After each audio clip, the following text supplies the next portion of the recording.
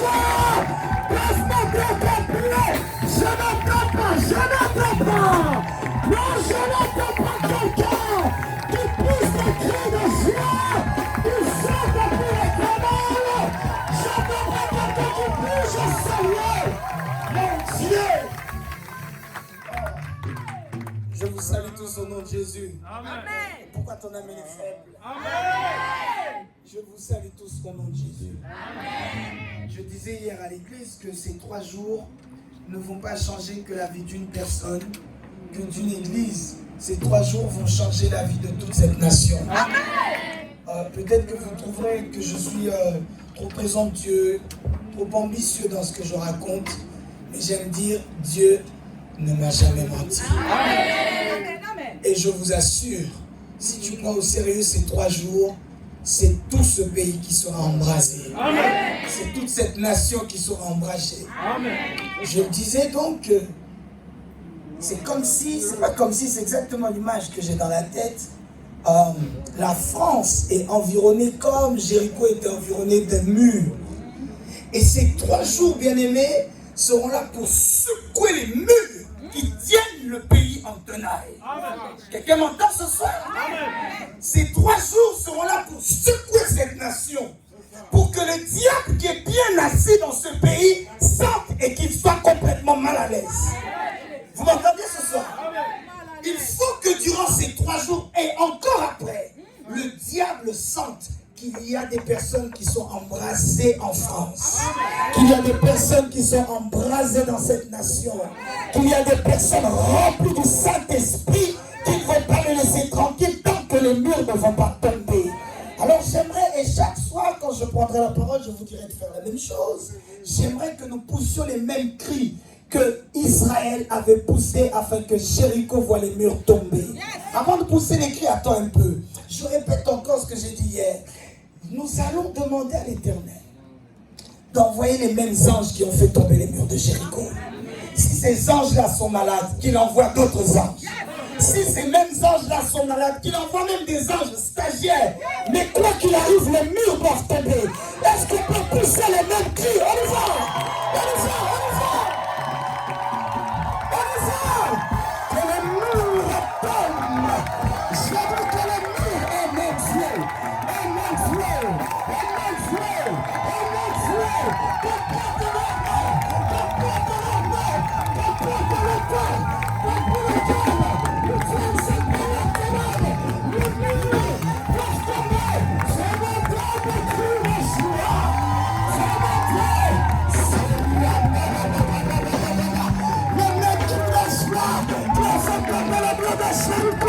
Nous devons faire tomber la France.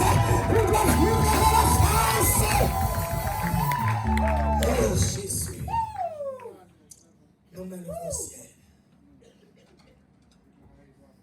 J'aimerais que durant 1 à 2 minutes, s'il vous plaît, je sais que tu as déjà pris à ce sujet, mais que tu dises encore une fois, Seigneur, parle-moi. Seigneur, transforme-moi. Seigneur, saisis-moi. Il faut nous voir 1 à 2 minutes. Prions ensemble, s'il vous plaît. Dis, Seigneur, touche-moi, parle-moi. Seigneur, je ne suis pas venu passer mon temps. Cette conférence ne sonne pas comme une parmi tant d'autres.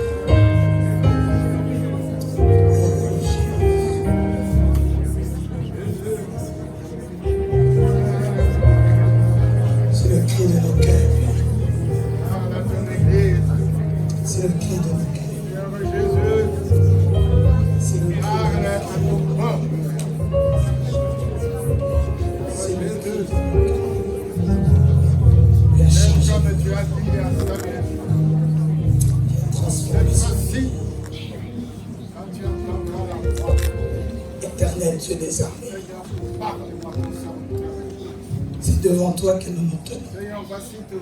Seigneur, tu nous as parlé de cela maintenant plusieurs années, en nous demandant de réveiller le peuple. Car voici que Jésus-Christ, tu es à la porte. C'est toi qui nous as appelés à cela, Seigneur. Maintenant, nous ne demandons pas à ce que tu prennes la première place. Mais prends toute la place, Seigneur. Prends toute la place. Autant dans les vies et les cœurs de celles et ceux qui sont là, mais même envers celles et ceux qui nous suivent en ligne, que ce soit en direct ou en différé. Je sais, Saint-Esprit, que tu n'as pas de limite. Tu peux également les toucher. Au nom de Jésus. Inspire les pensées de mon cœur et les paroles de ma bouche.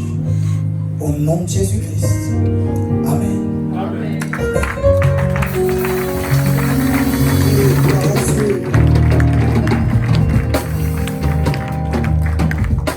Quand nous sommes debout, j'aimerais qu'on prenne nos Bibles. On va s'asseoir une bonne fois pour toutes.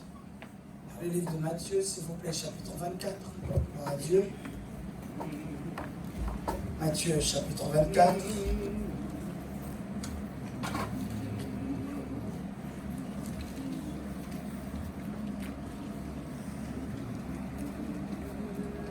Nous allons commencer au verset 34. C'est là d'où nous tirons le thème de ces 3 jours. C'est notre Seigneur et notre Maître Jésus-Christ qui parle. Matthieu chapitre 24, verset 34, on va commencer. Et nous nous arrêterons au verset 44. 10 versets, mais qui sont très importants. Qui dit Amen. Amen. Alors montre-moi un peu ta Bible. Montre-moi un peu, qu'elle soit sur papier, qu'elle soit sur tablette, qu'elle soit sur téléphone. Montre-moi un peu ta Bible, je veux voir ta Bible. Répète après moi, dis voici ma Bible. Voici ma Bible. Plus fort, dis voici ma Bible. Voici ma Bible. Plus fort, dis voici ma Bible. Voici ma Bible. Je suis puissant parce qu'elle dit que je suis puissant. Je suis en vie car elle dit que je suis en vie. Je possède car elle dit que je possède. Et quand on dit possède, montre-la vraiment bien. On dit je possède car elle dit que je possède. Amen. Matthieu 24, s'il vous plaît. 34. Ma version dira, je vous le dis, en vérité, cette génération ne passera point. Que tout cela n'arrive. 35. Le ciel et la terre passeront, mais mes paroles ne passeront point. Verset 36. Pour ce qui est du jour et de l'heure, personne ne le sait, ni les anges des cieux, ni le Fils, mais le Père seul. Ce qui arrivera du temps, ce qui arriva pardon du temps de Noé, arrivera de même à l'avènement du Fils de l'homme. Car dans les jours qui précédèrent le déluge, les hommes mangeaient et buvaient, se mariaient leurs enfants, jusqu'au jour où Noé entra dans l'arche. Ils ne se doutèrent de rien jusqu'à ce que le déluge vienne et les emporta tous. Il en sera de même à l'avènement du Fils de l'homme. Verset 40. Alors, de 2 hommes qui seront dans un champ, l'un sera pris, l'autre laissé. De 2 femmes qui moudront à la meule, l'une sera prise, l'autre laissée. Veillez donc, verset 42. Veillez donc, puisque vous ne savez pas quel jour votre Seigneur viendra. Sachez-le bien, si le maître de la maison savait à quelle veille de la nuit le voleur doit venir, il veillerait et ne laisserait pas percer sa maison. 44, c'est le dernier. C'est pourquoi vous aussi, tenez-vous prêts, car le Fils de l'homme viendra à l'heure où vous n'y penserez pas. Parole du Seigneur. Est-ce qu'on peut prendre place, s'il vous plaît? J'aimerais, avant d'aller plus loin, bénir le Seigneur qui nous donne d'être là, qui dit Amen. Amen. Ça a été compliqué, rude pour nous tous. Mais par la grâce de Dieu, nous sommes là, qui dit Amen. Amen. Je m'en vais également bénir le Seigneur pour la présence de papa et maman. D'habitude, lorsque nous organisons, je crois que les enfants de la maison sont là. Parfois, on pense qu'ils vont être là, mais au dernier moment, ils doivent voyager. Et là, on n'a pas que l'un, on n'a pas que l'autre, on a les deux. Amen. On peut bénir le Seigneur pour ça. Si tu le fais, fais-le bien. Si tu le fais, je répète, si tu le fais, fais-le bien. On peut bénir le Seigneur pour la présence de papa et maman. Gloire à Dieu. Merci également, je le présenterai peut-être mieux tout à l'heure, à mon frère, le Bishop Eli. Je réfléchissais à une conversation qu'on a eue, je crois il y a de cela 10 ou 15 ans à une réunion à la pleine Stade de France où papa avait réuni certains serviteurs de Dieu angolais. Et je crois que nous étions tous jeunes et imberbes. Aujourd'hui, je commence même à avoir de la barbe blanche. Et ensemble, peut-être tu as oublié, moi je m'en souviens, on avait comme, entre guillemets, refait le monde. Et on s'était dit, un jour, nous prêcherons l'évangile ensemble. Amen. C'était ce matin lorsque je priais que j'ai pensé, j'avais complètement oublié. Et Dieu m'a fait souvenir de cette conversation. Le prophète meurt. La prophétie ne meurt jamais. Amen. Qui dit Amen. Amen. Bénir le Seigneur pour le bishop.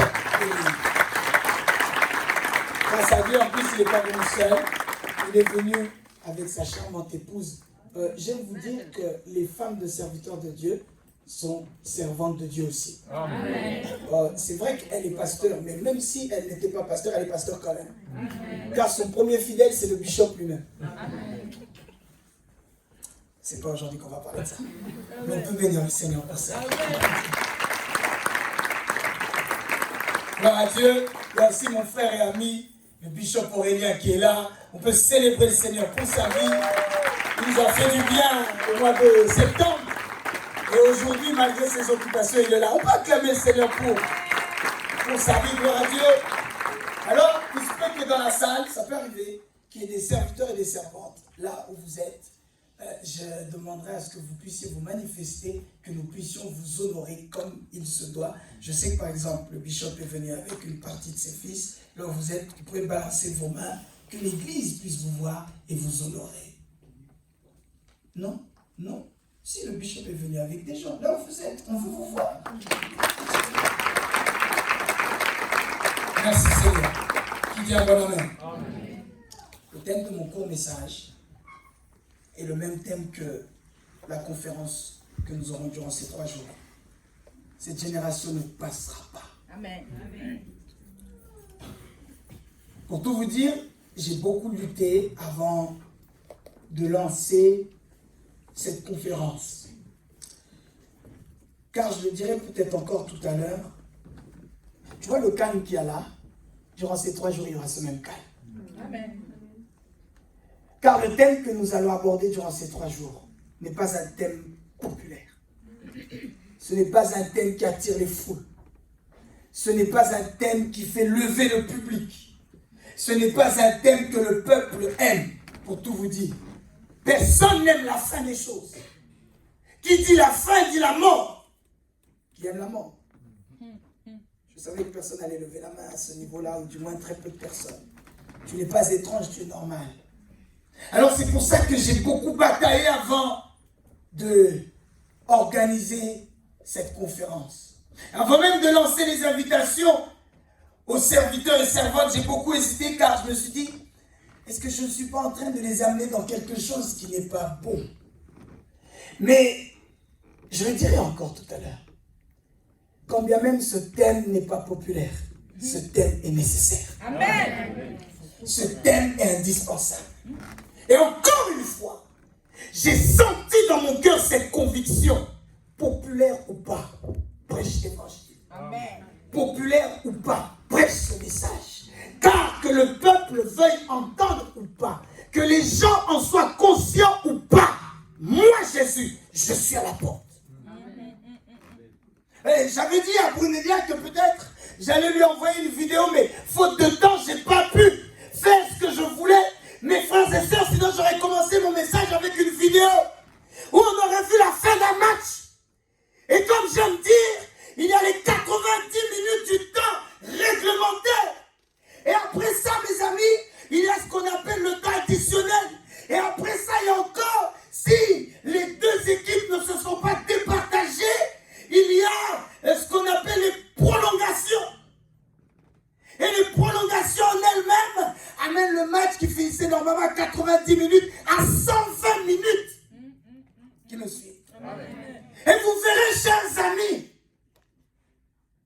quand l'arbitre voit que la 120e minute est sur le point d'arriver, il consulte ses adjoints pour savoir est-ce qu'il y a encore des minutes à ajouter. Et s'il y a eu plusieurs arrêts de jeu, vous verrez, on donne 1, 2 minutes de temps additionnel. Qui me suit? Amen. Mais vous verrez chose étrange. Quand la 120e est arrivée, il consulte ses adjoints. En plus, maintenant, avec les technologies, il parle via une oreillette. Et il dit, alors, on rajoute ou on rajoute pas? Ok, j'ajoute 2, j'ajoute 3 minutes. Et on verra que le match, au lieu de finir à 120, finit à 122 minutes.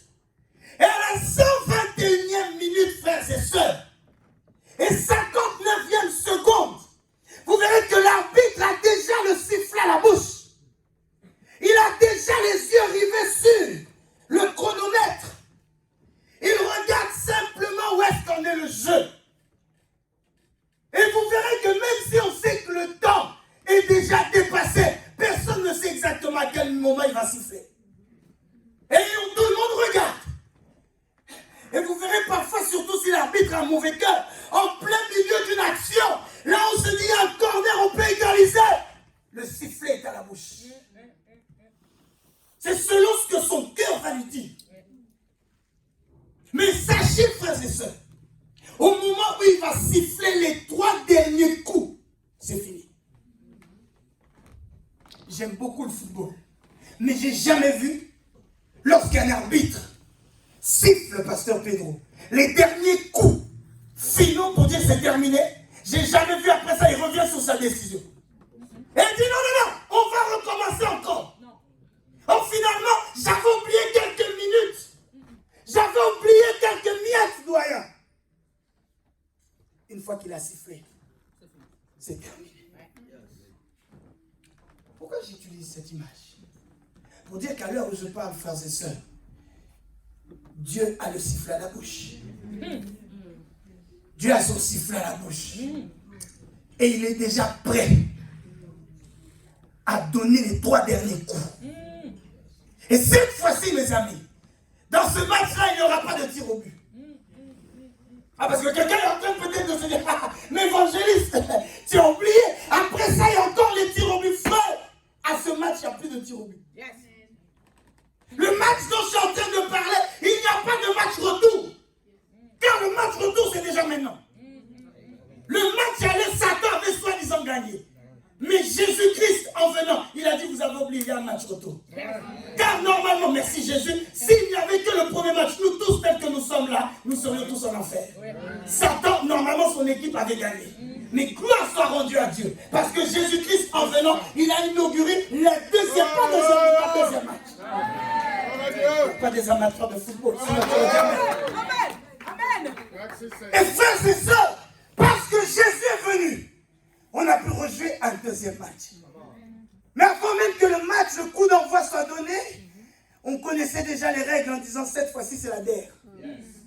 Celui qui gagne, gagne. Celui qui perd, perd. Et là, le match, cher frère, est sur le point de se finir. Ma question n'est qu'une seule. Lorsque l'arbitre va siffler, dans quelle équipe sera Dieu? De quel côté est-ce que tu seras? Je répète, je le sais, les 3 jours que nous allons passer, il y aura un calme ainsi. S'il n'y a pas ce calme, c'est qu'il y a un problème. Parce que normalement, ce genre de messages, frères et sœurs, ce sont les messages que les églises n'aiment pas. Ce sont les messages, surtout l'église de 2019. Je ne sais pas l'église d'avant, mais l'église de 2019 n'aime pas ces choses. Parce que, frères et sœurs, qui dit la fin du monde, dit paradis, dit enfer. Qui dit paradis, dit enfer, dit le péché. Alors, quel est ce prédicateur qui va faire une conférence où il ne parle pas de mariage, où il ne parle pas d'argent, où il ne parle pas d'enfants, où il ne parle pas de tout ce qui remplit des salles, il parle du péché. J'étais en Suisse il y a 3 semaines. C'est la première fois que j'y vais dans le cadre d'une mission. Et là, je prêche samedi à un concert où il y avait plusieurs jeunes. Et le dimanche, normalement, je ne devais pas prêcher, même si je sentais dans mon cœur que j'allais prêcher. D'ailleurs, frères et sœurs, j'aime vous dire, il y a des prédicateurs ici. Oh. Oui, il y a des prédicateurs ici, des prédicateurs en herbe. Peut-être dans 10 ans, 15 ans, ces choses vont s'accomplir. Et sache que lorsqu'on t'invite quelque part, même si on te dit que tu prêches qu'une seule fois, toi, prépare comme si tu allais prêcher 2 fois. Amen. Parce qu'au dernier moment, on peut te dire non, tu prêches. J'avais dit tu prêches pas, finalement tu prêches. Alors à ce moment-là, vous pouvez... prépare déjà. Amen. Ton amen, pourquoi il n'arrive pas à nous amen. Et donc le samedi soir, mon hôte me dit, bon évangéliste, finalement c'est toi qui prêche. Et le dimanche, donc, j'arrive pour prêcher avant ça. Le pasteur, senior pasteur, comme on dit, me reçoit dans son bureau 5 minutes. Et vous savez, il voit un jeune prédicateur comme ça. Il ne me connaît pas très bien, ce qui est normal. Il me pose la question. Tu vas prêcher quoi?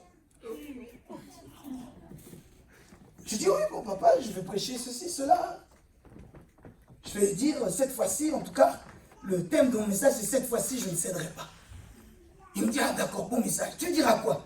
Je dis, non, je dirais Néhémie, lorsqu'il a voulu entreprendre la construction, la reconstruction des murailles de Jérusalem, et que Sanballat, Tobija, Geshem, les Arabes sont venus pour le dissuader de le faire. Et je dirais que cette fois-ci, il ne faut pas céder. Il ne faut pas céder à la dépression. Il ne faut pas céder au stress. Et il ne faut pas céder aussi au péché. Oui.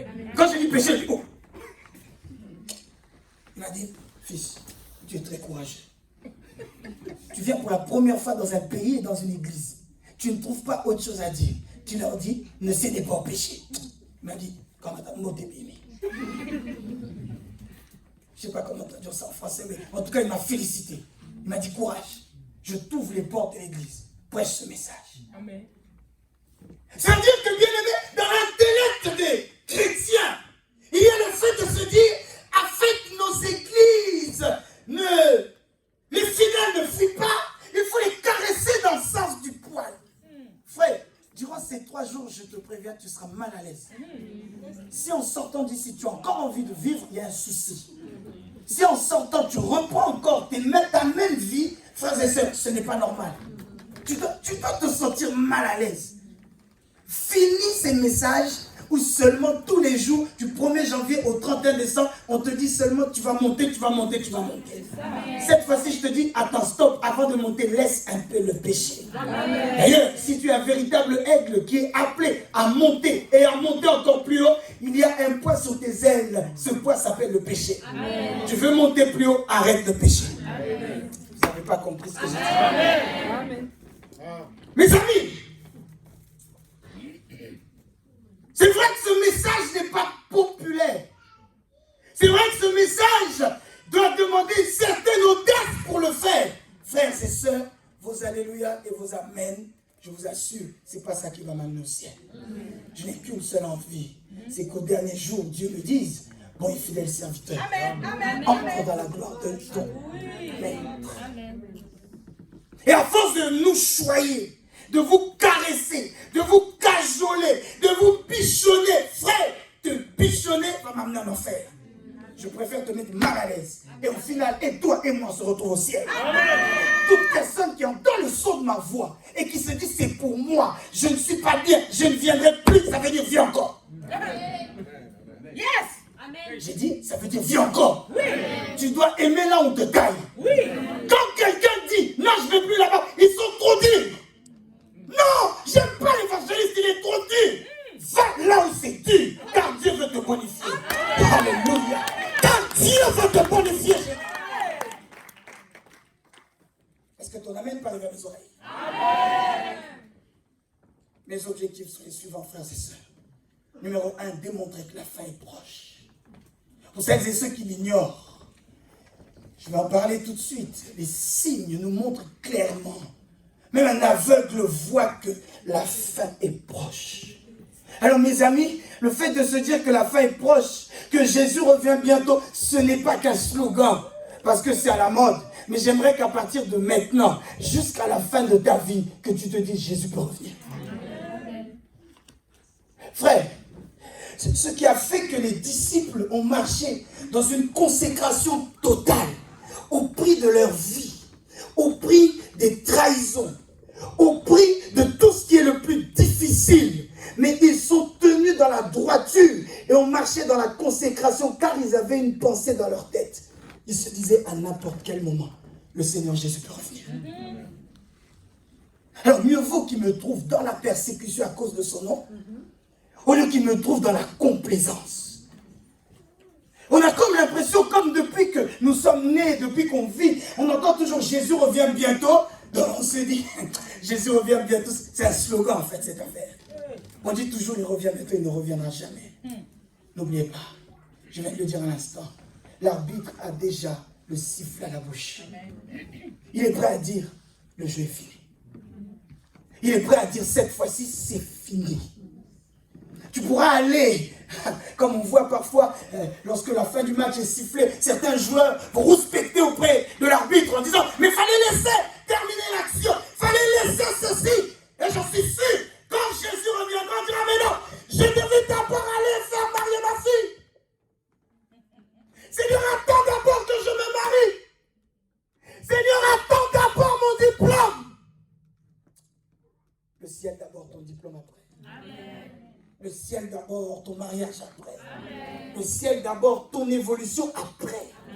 Suis-je en train de dire, non, comme on pense au ciel, bon, même si on est sur terre, on oublie tout ce qu'il y a sur terre. Non. Mais tu dois savoir, dans la vie, il y a des priorités. Et notre priorité, c'est d'abord le ciel. On dira, la Bible, dira, à quoi sert-il à un homme de gagner le monde s'il lui arrive de perdre son âme? Il y a peut-être quelqu'un d'autre qui m'entend et dit, mais ça c'est des choses qu'on connaît déjà. Homme de Dieu, je m'attendais à des révélations. Frère, la plus grande révélation, c'est le ciel. Amen.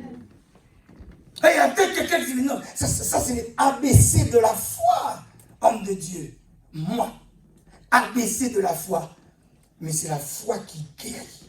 Amen. Mais c'est la foi qui délivre. Amen. Le message dont nous allons parler durant ces 3 jours, c'est ce qui a fait la force de l'Église depuis jusqu'à ce jour. Je vous assure, si les premiers messages qui avaient été prêchés étaient par rapport au mariage, étaient par rapport à l'argent, étaient par rapport à la notoriété, étaient par rapport, comme j'entends dire, au leadership, mon Dieu, je vous assure, aujourd'hui il n'y aurait pas de chrétiens. Mais depuis lors, dès le départ, le seul message qui était prêché, c'était Jésus revient. Quelle est notre marche? Jésus revient. Alors la première des choses, frères et sœurs, mon premier objectif, c'est de montrer que la fin est toute proche. Avant qu'on se rende compte, Jésus peut revenir. Selon nos planifications, on se voit ce soir, on se voit demain, on se voit samedi. Qui nous dit que samedi va nous trouver? Amen. Je ne dis pas peut-être samedi ne nous trouvera pas parce que nous mourrons, non. Mais je dis peut-être samedi ne nous trouvera pas parce que Jésus est déjà revenu. Qui osera dire Jésus, non, mais Jésus, attends d'abord, je finis la conférence. Dès que j'ai fini de prêcher, non, tu peux revenir. Il n'en a que faire. Quelqu'un m'entend? Amen. La fin est proche, mes amis. Tout ce que nous vivons est en train de nous prouver que la fin est imminente. Et la pensée et le fardeau, je pèse mes mots en disant fardeau, qui a dans mon cœur, en organisant ces 3 jours, frères et sœurs, c'est de dire que plus que jamais, nous sommes arrivés à la fin. Je n'ai pas lu, faute de temps, le livre de Timothée, où il parle à son fils dans la foi, Paul qui parle à son fils dans la foi, Timothée, et il dit, Timothée, sache que dans les derniers jours, et il donne plusieurs critères, les hommes seront cupides, les enfants seront rebelles envers leurs parents, les hommes, et vous verrez que tous les critères qu'il donne sont en train de s'accomplir. Chose étrange. Et c'est ça mon point, c'est de dire que Paul a écrit des choses qu'en réalité il n'a pas vues. Paul a écrit des choses qui pour lui avaient l'air peut-être lointaines. Mais sachez que si pour lui c'est lointain, pour nous c'est notre présent. Amen. Quelqu'un me suit? Amen. Si pour lui c'était des choses qui étaient lointaines, pour nous c'est notre quotidien. Oh, j'ai mal dans mon cœur quand ma fille, Pounelia, me raconte une histoire dimanche, après culte. Malgré toute ma fatigue, elle a hérissé les cheveux que j'ai sur la tête, et même les poils de ma barbe. Et elle me dit, des enfants de 17 ans, je pèse le mot en disant des enfants, car à 17 ans tu es un enfant. Oui. Amen. Oui. Tu peux être plus grand, plus costaud que moi, à 17 ans tu es un enfant. Oui. Tu peux être... Oh. Amen. Attends, je descends un peu. C'est vrai. À 17 ans, tu es un enfant. Amen. Et comment un enfant de 17 ans peut aller soi-disant vouloir escroquer des gens? Quel esprit peut t'animer pour faire ça? Et ils sont tombés sur des gens plus forts qu'eux. Je vous passe les détails à l'heure où je parle. Mais attends, je crois 10 jours, 2 semaines après, jusqu'à maintenant. on ne sait pas où est le corps de cet enfant. Yes. Je ne parle pas de quelque chose qui se passe en Amérique. Je ne parle pas de quelque chose qui se passe en Afrique. Je parle de quelque chose qui se passe ici même où nous vivons. Et d'autres qui sont dans cette salle, au moment où je parle, ils savent même de qui je parle exactement. Peut-être c'est quelqu'un qu'ils ont fréquenté pour une histoire d'argent. 17 ans, on ne sait pas où il est. Tout ce que nous voyons, tout ce que nous lisons dans la Bible, ce n'est pas qu'un récit. Pour nous, c'est notre quotidien. Frère, est-ce que ça ne te fait pas dire que Jésus est à la porte déjà? Est-ce que ces choses, tu ne vois pas que seulement ça veut dire qu'il est déjà prêt à revenir? Est-ce que tu te dis non, ça c'est les autres, hein. C'est pas les autres, c'est nous. Car frères et sœurs, et eux et nous, nous vivons sur la même terre. Et lorsque Jésus reviendra, il ne viendra pas d'abord pour juger les uns et les autres. Il va tous nous juger. Même si tu dis pas amen, c'est comme ça. Amen. Est-ce que tout ce que nous voyons, on ne se dit pas, il y a quelque chose qui se passe en ce moment. Frère, tous les signes montrent que le retour de Christ est imminent. Et si Paul et les autres ont parlé de ça, nous, ce sont des choses que nous vivons. Si d'autres ont parlé de ça au conditionnel, si d'autres ont parlé de ça au futur, nous devons parler de ça au présent. Tu m'entends? Mon deuxième objectif, si je puis me permettre, c'est que tous et chacun d'entre nous comprennent que la priorité, c'est le ciel. Oh, je ne sais pas comment ça se fait, mais j'estime que chaque homme de Dieu a son message, entre guillemets. Et je ne sais pas pourquoi, doyen, encore une fois, à chaque fois qu'on m'invite même à parler d'autre chose, je suis toujours obligé de parler du ciel et de l'enfer. On me dit, homme de Dieu, non, parle du mariage.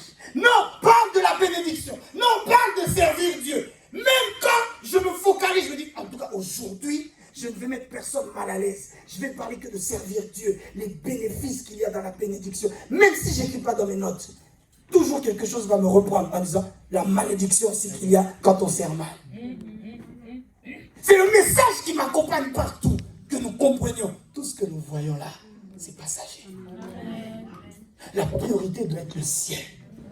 Et chacun d'entre nous doit se dire, mon but n'est pas que mon nom soit connu sur toutes les rues de la France. Mon but n'est pas que je passe sur BFM. Mon but, ce n'est pas ça. Mon but prioritaire, c'est d'abord le ciel. C'est que mon nom soit écrit, comme nous dit la parole, sur le livre de vie. Que mon nom soit inscrit sur un caillou blanc. Frère, même si le monde ne te connaît pas, si Dieu te connaît, c'est le plus important. Ouais, même si ton mari ne te connaît plus, je t'ai oublié. Tant que Dieu te connaît, c'est le plus important. D'ailleurs, même si, même le petit journal du coin n'a même pas cité ton nom une fois dans un petit article, que nenni, ce n'est pas le plus important. Le plus important, ton nom est inscrit au ciel. Quelqu'un entend ce que je raconte ce soir? Mes chers amis, la priorité, c'est le ciel. Que le chrétien qui se dise chrétien, mais quand tu parles avec lui, il n'y a aucune conversation du ciel. Il n'y a aucune crainte du ciel. Quand bien aimé, ça marche par opposition. Sache que celui qui a conscience du ciel, il a aussi conscience de l'enfer. Donc il se dit, je dois tout faire pour ne pas arriver là-bas. Quelqu'un me suit? Amen. Mais lorsque, du 1er janvier au 31 décembre, tu n'as aucune pensée de l'éternité, frère, il y a un problème. Pour toi, futur, c'est quoi? Pour toi, éternité, c'est quoi? Est-ce que c'est dans 5 ans, la fiancée que tu as fiancée là? Est-ce que pour toi, c'est ton mariage que tu es censé faire là? Est-ce que pour toi, l'éternité, c'est quoi? Le diplôme que tu vises. Pour toi, l'éternité, c'est quoi? Le plan que tu as. D'autres même sont tellement court-termistes que pour eux, le long terme, ça veut dire l'éternité, c'est le 31 décembre. La coupe que je dois taper le 31 décembre. Le constat que je dois mettre à l'église. Donc pour toi, c'est tout ça. Je vous ai dit, hein, le silence qu'il y a là va régner durant 3 jours. Je ne pousserai personne à dire Amen. Amen. Tu dis Amen, gloire à Dieu. Tu ne dis pas Amen, gloire à Dieu. Amen. Mes amis, La priorité doit être le ciel. Amen. J'ai envie de lever une armée d'hommes et de femmes, une armée de chrétiens qui ont un seul objectif. C'est dis-moi le ciel. Amen. Moi, le ciel. Amen. Frère, mais je ne sais pas comme si tu es comme moi. Moi, j'ai déjà planifié mes rendez-vous, même que je vais au ciel. Amen. Je me dis, après avoir vu Dieu, je verrai Jésus. Après Jésus, j'aimerais bien aller voir Paul pour lui poser des questions. Mais Paul, mon vieux, tu nous as fait des problèmes. Mais après lui, je sais que j'irai voir David. Car David est mon héros depuis l'enfance. J'aimerais lui poser des questions. Montre-moi, on va faire des concerts. Lui et moi, c'est tiche. On va danser comme pas possible. Amen. Lui, peut-être qu'il sera fatigué. Moi, je sais à un moment, je serai fatigué. Donc, à un autre moment, je vais chercher Adam. Je vais dire, Adam. Adam. Toi aussi. Adam. Et comme, pourquoi? Parce que j'ai une conviction. Même si Jésus revient maintenant, je vais monter avec lui. Le chrétien doit être ainsi, frères et sœurs. Il doit se dire, tout ce que je fais, c'est bien. J'insiste et j'aimerais bien équilibrer mon message, que personne n'interprète mal ce que je dis. Que personne se dise, parce que maintenant, on doit voir la pensée du ciel, tout ce qui est de la terre, on oublie. Donc, je ne me lave plus. Je ne vais plus chez le coiffeur. Je ne me brosse plus les dents. Frère, là, tu nous indisposes. Oui, ayons la pensée et la priorité du ciel. Mais en attendant, faisons le maximum ici-bas sur terre. Ton amen est où? Amen. Mes amis, mon deuxième objectif, comme j'étais en train de le dire, c'est que chacun d'entre nous comprenne la priorité du ciel. Le mariage après, les enfants après. Oh, moi, je reçois beaucoup de gens par la grâce de Dieu, Bishop. Je ne sais pas toi, hein, mais moi, jamais j'ai reçu quelqu'un qui m'a dit, évangéliste, prie pour moi pour que j'aille au ciel. Jamais. Toi que j'ai reçu un rendez-vous déjà une fois dans ta vie, pose-toi la question, est-ce que j'ai déjà demandé à l'évangéliste de prier pour que j'aille au ciel? Bon, l'évangéliste n'est pas l'alpha et l'oméga. Toi-même, quand tu pries seul, as-tu déjà prié une fois, hormis la prière que tu as fait, la prière du salut? Hormis ça, est-ce que tu as déjà fait une fois la prière? Seigneur, que ma place, que rien ne vole ma place au ciel. Je reçois des gens pour tout. J'ai mal à la tête, j'ai mal au dos, j'ai mal à ça, j'ai un kyste, j'ai le cancer, j'ai le mariage. J'ai dit qu'aujourd'hui, j'en parlerai pas, je ne vais pas toucher là-bas. Mais on voit tout, on veut tout. C'est mieux dit comme ça, sauf le ciel. Alors que frères et sœurs, tout passera. Sauf le ciel. Amen. Le ciel ne passera pas, mes chers amis. Notre priorité doit être le ciel. J'ai envie de faire de chacun d'entre vous des hommes et des femmes qui ont un focus, qui ont une obsession, qui disent que je perds tout, que je perds mon travail, que je perde mes ambitions, que je perde mes relations, que je perde mes vêtements, que je perde même ma prédication, que je perde ma Bible, que je perde ma voiture, que je perde mon argent. Pas ma femme quand même. Mais que je perde tout. Sauf ma place au ciel. J'ai envie, frères et sœurs, que nous soyons des hommes et des femmes qui réfléchissent ainsi. Frère, quand tu réfléchis comme ça, quand on t'injurie, tu dis injuriez-moi. Amen. Quand on te trahit, tu dis trahissez-moi. Yes. Quand on se moque de toi, tu dis moquez-vous de moi. Quand on t'écrase, tu dis ah. Quand on te crache sur la figure, tu dis crachez encore. Quand on se moque, tout ce que tu veux, tu dis faites. Moi, mon objectif, au ciel. Amen. Troisième chose. Vous verrez que quelqu'un qui a cette pensée-là, il se dit une seule chose également. La chose d'après, c'est, une fois qu'il se dit je veux être sauvé, il est obligé de se dire, mais je veux aussi que les autres soient sauvés. Et là-dessus, j'aimerais en profiter pour mettre les choses dans l'ordre. Avant de vouloir sauver les autres, on doit se sauver soi-même. Amen. Que de personnes que je pèse mes mots, je sais que je vais me faire des ennemis, mais c'est pas grave. Que de personnes qui nous cassent les oreilles dans les gares. Alors que lui-même, c'est un impuni. Amen. Si vous n'aimez pas ce que je dis. Amen. Que de personnes qui prêchent soi-disant, qui nous cassent les oreilles sur Facebook, mais qui en réalité eux-mêmes sont des grands escrocs. Amen. Car si vous ne le savez pas, il existe des escrocs en col pastoraux. Si vous ne savez pas, il existe des prophètes escrocs. Il est prophète et professionnel en escroquerie. Et puis escroc avec E majuscule. Lorsque tu as cette pensée de l'éternité, tu te dis, moi-même, dans mon escroquerie, là, si Jésus revient. Qui le suit? Lorsque tu es ainsi, tu te dis, est-ce que dans la manière dont je suis en train de marcher, si Jésus revient? Oh, j'en parlerai peut-être samedi. Peut-être qu'on aura plus de temps si Jésus n'est pas revenu, comme je le disais. Et j'aborderai certainement une partie de mon témoignage. Car, frères et sœurs, nous fûmes ainsi un grand professionnel du mensonge. Mais sache que tu peux mentir à tout le monde, sauf toi-même. Amen. Tu peux tromper l'évangéliste. Oui, tu peux paraître comme une fille prude, un homme prudent également. Mais sache que tu ne peux pas mentir à Dieu. Amen. Tu ne peux pas mentir à Dieu. Tout le monde ne fuit pas l'Éternel. Ou du moins, n'ose pas croire que tu le fuis lui. Une fois que on se dit, je vais être sauvé, on passe automatiquement à sauver les autres. On se dit, et si Jésus revient, où ira ma mère? Et si Jésus revient, où ira ma sœur?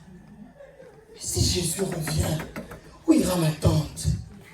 Que les chrétiens qui se disent, oui, c'est bon, j'ai déjà trop parlé à ma famille, ils ne veulent pas m'écouter. Frère, ce n'est pas une affaire de ils ne veulent pas m'écouter, c'est une histoire d'éternité. Lorsque tu as cette pensée, frère, même s'il faut parler 1000 fois, tu parleras 1000 fois. Amen. Même s'il faut inviter, évangéliser, exhorter 1000 fois, tu le feras parce que tu te dis, si Jésus revient, il n'y aura pas d'excuse. Tu te dis, je suis sauvé, tu penses obligatoire. Tu dis, ma collègue de travail, si Jésus revient, où est-ce qu'elle ira? Tu dis, mais mon mari, la vie qu'il mène là, si Jésus revient, où est-ce qu'il ira? Et j'aime vous dire que lorsque tu as la pensée du ciel, tu as obligatoirement aussi la pensée de l'enfer. Tu te dis, même à mon pire ennemi, je ne lui souhaite pas d'aller en enfer. Quand vous entendez quelqu'un qui dit, ah toi, va au diable! Ah, c'est quoi diable? Quand tu as cette pensée, tu dis, ah, va en enfer! Ah! Tu sais c'est quoi l'enfer? Même à son pire ennemi, on ne souhaite pas qu'il aille en enfer. J'entends quand tu es vraiment conscient de ces choses, tu dis non, non, non. Même mon pire ennemi, il doit recevoir Jésus. Même celles et ceux que je n'aime pas, ils doivent recevoir Jésus. Oh, je viens de parler à l'instant de celles et ceux qui peut-être parlent de Jésus d'une manière extravertie, extravagante, alors que même ne sont pas sauvés, mais par la même occasion, j'aimerais encourager tous les têtus en Jésus-Christ. Qui se disent qu'ils veuillent ou qu'ils ne veulent pas, ils doivent entendre Jésus. J'aimerais encourager toutes celles et ceux qui se disent qu'ils m'écoutent ou qu'ils ne m'écoutent pas. Le plus important, c'est pas ça. Le plus important, c'est qu'ils écoutent Jésus. J'aimerais encourager celles et ceux qui cassent les oreilles à leurs frères et sœurs, qui même sont créatifs et se disent, il faut même du chantage, gloire à Dieu, à leurs frères et sœurs. Si tu viens dans mon église, je vais t'inviter au tacos. Amen. Frère, peut-être que le tacos que tu as promis, c'est grâce à ça que ton frère ouvre son cœur à Jésus. Amen. Qui dit Amen? Amen. Évoluons. Évoluons. Je reviens sur ce que je disais à l'instant pour aller un peu plus vite, mais plus en détail également. En montrant que tous les signes sont là, frères et sœurs, et on voit déjà que les carottes sont cuites. On voit déjà que Christ est à la porte. Je reviens sur mon exemple qui me guidera, qui fera le fil rouge ces 3 jours. On voit déjà que l'arbitre a le sifflet à la bouche. Et qu'à n'importe quel moment, il peut dire, le match est fini. Cette fois-ci, c'est terminé. Match retour, il n'y en aura pas. Chacun d'entre nous, c'est fini. Frères et sœurs, vous verrez que il y a plusieurs versets qui en parlent, mais celui qui a parlé vraiment dans mon cœur, c'est 2 Timothée 3, 1, 7. Vous verrez que Paul détaille, il donne quelques critères de la fin des temps à son fils, justement, Timothée. Et parmi ces signes, il parle de la rébellion des enfants. Si c'était encore la rébellion des enfants envers autre chose. Mais là, on parle de la rébellion des enfants envers leurs propres parents. Il dit Timothée, dans les derniers jours, les enfants seront rebelles. Et frères et sœurs, si je prêchais peut-être dans un autre pays, peut-être que les gens ne comprendraient pas. Là où les gens sont entre guillemets bien éduqués. Mais nous en France, on est les champions du monde de la mauvaise éducation. Amen. Bah, je vous ai dit dimanche, je suis un grand éducateur. Et je suis la preuve vivante. Et je le vois chaque jour que dans ce pays, les enfants sont mal éduqués. Amen. Si les parents ne sont pas forts, s'ils n'ont pas les reins solides, même la bonne éducation que tu donnes à la maison, l'école risque de pervertir ton enfant. Même les socles, les bases que tu donnes à tes enfants, il se peut que aussitôt arriver en bas là, ça y est, c'est parti. Donc, on dirait, les bonnes choses sont devenues mauvaises, les mauvaises choses sont devenues bonnes. Lorsque j'ai pensé à ça, la rébellion des enfants, étant donné que les enfants sont rebelles envers leurs propres parents, mais c'est normal qu'ils soient rebelles envers l'État. Pourquoi vous êtes étonné que lorsque quelqu'un n'est pas content, il n'a qu'une seule envie, je vais tout casser. C'est déjà dès la maison, ça ne va pas. Dès le bas âge à l'école, ça ne va pas. J'étais en train de dire à l'instant, si je prêchais ailleurs, peut-être que les gens ne comprendraient pas. Mais nous, dans ce pays, nous le voyons au quotidien. Oh, surtout nous qui vivons ou travaillons ou venons souvent dans ce coin-là, Sevran et autres. Combien qui, quand ils arrivent ici même, au parking ou à la gare, ils font une seule prière, Seigneur, qu'ils soient frappés d'aveuglement. Qu'ils ne voient pas mon sac. Qu'ils ne voient pas mon sac.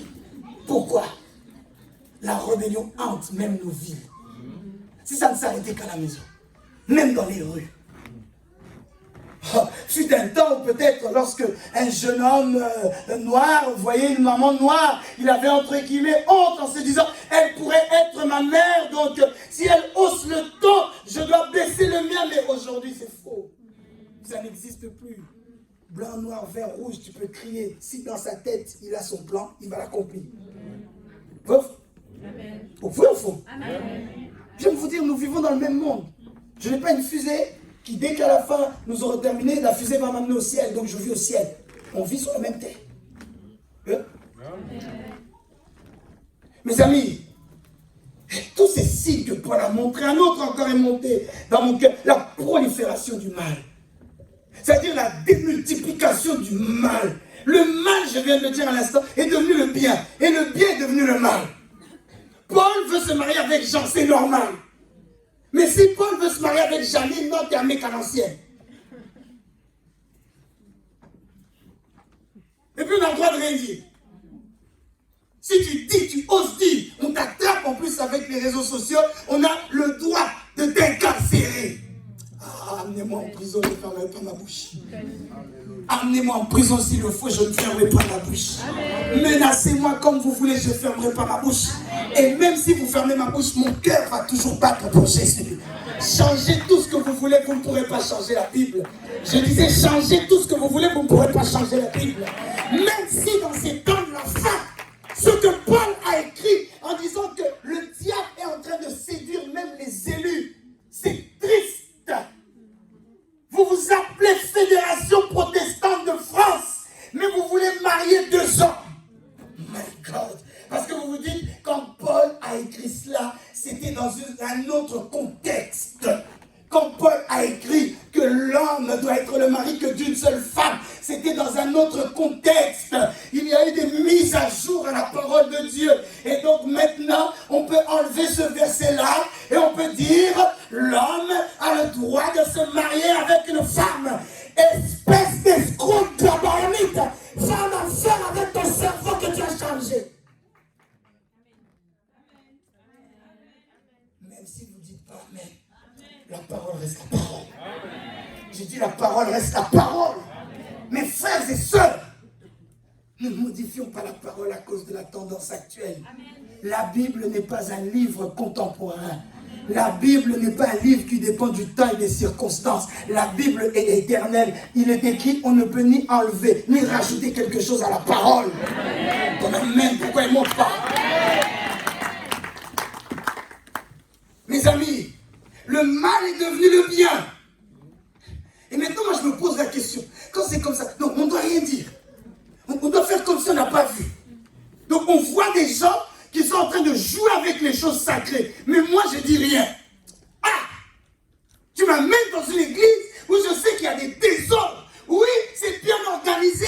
Oui, c'est tout bien éclairé. Oui, il y a la salle est climatisée. Avant que le prédicateur prenne la parole, c'est tamisé. Et après ça, il y a des lumières, des jeux de lumière, un bruit de fond. C'est tout bien. Évangéliste, il ne faut pas te déranger. Frère, faites pas l'erreur de m'inviter. Faites pas l'erreur. Si tu me donnes le micro, appelez ça un micro, n'a pas de église amour. Ne donnez pas le micro à des gens comme moi, car que vous soyez 1000 ou 3, je prêche l'évangile. Que vous soyez 1000 ou 10 000, que vous soyez blanc. Ben, frère, moi j'ai pas de complexe des blancs. Ma fille Zoé est blanche. D'ailleurs, ma femme aussi claire qu'une blanche. Noah, mon propre fils qui est sorti de mes reins, tu le vois un blanc. Si je n'ai pas peur de lui, je n'ai pas peur de toi. Envoie la main. On voit que le mal est devenu le bien. Et tu verras vraiment, je vous dis ce qui se passe parfois, même en grande de Dieu. Non, ça ne faut pas trop aborder ça. À quoi ça sert d'en parler?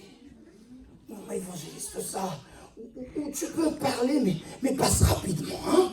Faut pas insister, frère, j'insiste. Ouais, dans ce cas-là, m'invitez plus. Sinon, moi, j'insiste. Faut la main. Amen. Le mal devient bien. Et le bien devient mal.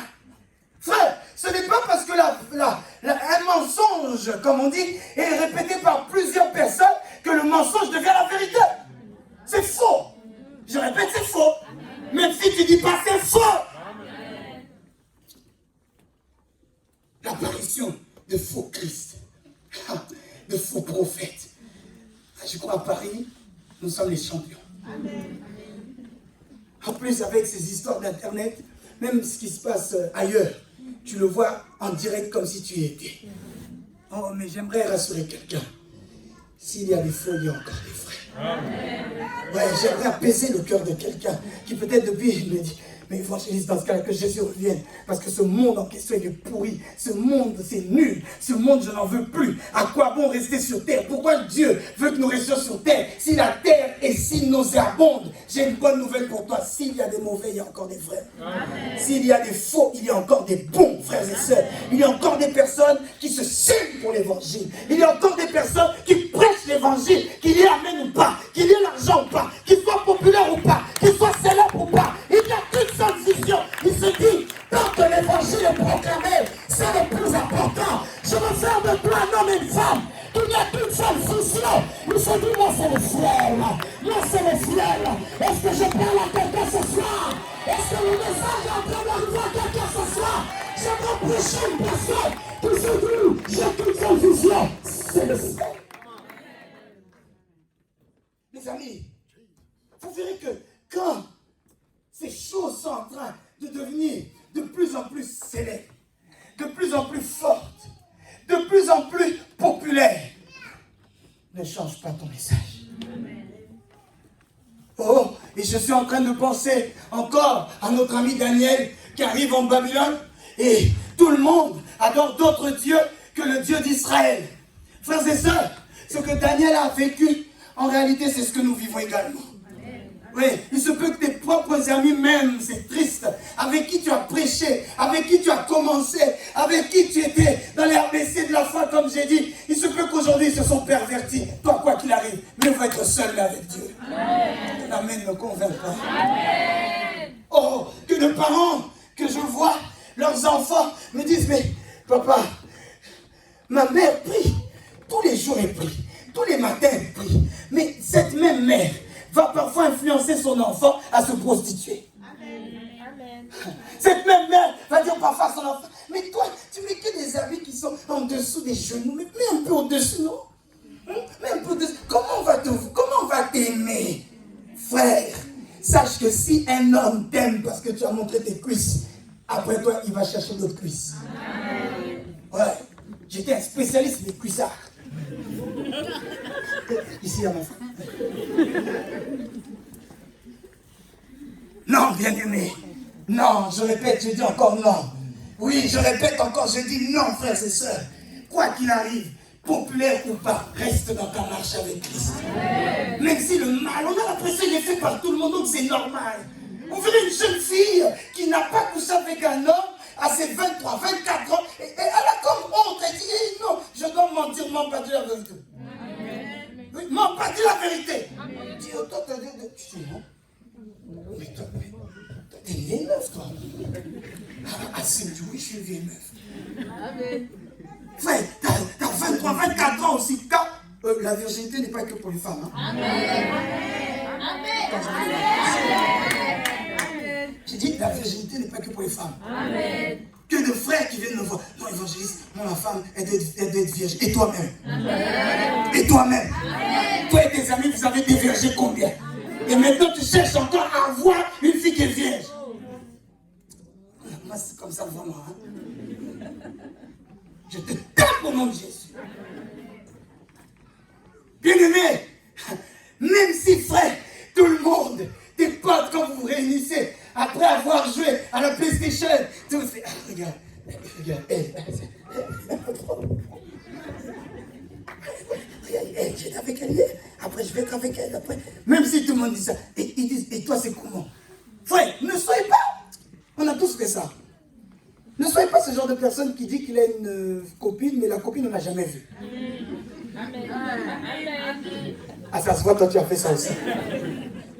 Moi j'assume, moi je l'ai déjà fait. N'aie pas honte. Tu dois être capable de marquer la différence et de dire, moi je n'ai personne. Oh mais toi c'est comment? On te voit, ouais mais c'est comment tu te coiffes comme ça? Pour qui tu dis je me coiffe comme ça pour personne? Je me coiffe comme ça pour moi-même. D'ailleurs celle que vous verrez ne sera pas ma femme, ce sera ma fiancée. Enfin, tu dois montrer que toi tu n'as pas leur niveau, tu es au-dessus. J'aimerais donner la conviction et la foi à quelqu'un de dire tu n'es pas comme eux. Frère, si eux font ce qui est comme tout le monde, toi ne fais pas comme tout le monde. Oh, je disais à l'une de mes filles hier, tu n'es pas une fille en promotion. Donc tout le monde doit te prendre. Le premier soulard qui vient, il te prend seulement. Du moment que tu as trouvé un client, j'ai dit toi tu es la dernière, la nouvelle collection. Que personne n'a jamais vu de sa vie. Quand on te voit, on se dit waouh, qu'est-ce qu'elle est belle. Et tu dis qu'elle est descendue tout droit du ciel. Et quand il te vient, tu dis tu es un ange ou tu es une femme. Tu dis je suis mi-ange, mi-femme. En réalité, je suis femme physiquement, mais en moi il y a le Saint-Esprit. La combinaison des deux, ça fait ange-femme. Et puis tu vois pas comment je suis belle. Même quand je me lève le matin, je suis belle comme ça. Amen, ne fais pas dire. Accepte. Dis-toi quoi qu'il arrive, j'accepte. C'est dur, j'accepte. Tout le monde fait comme tout le monde, mais moi j'accepte de faire la différence. Même ici, samedi. Si je commence maintenant, samedi tu ne viendras pas. Dis à ton voisin, dis samedi. Je suis comme ça, ceci.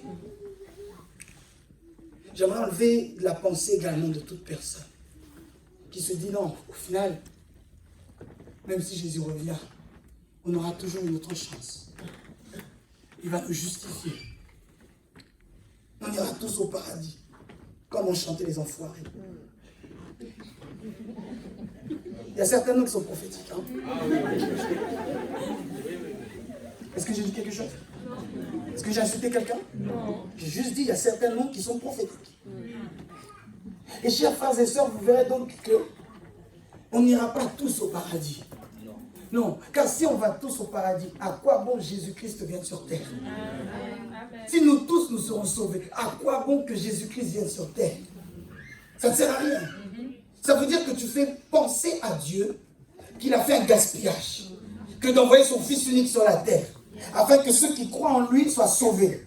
Donc toi, dans ta Bible, tu as enlevé Jean 3,16.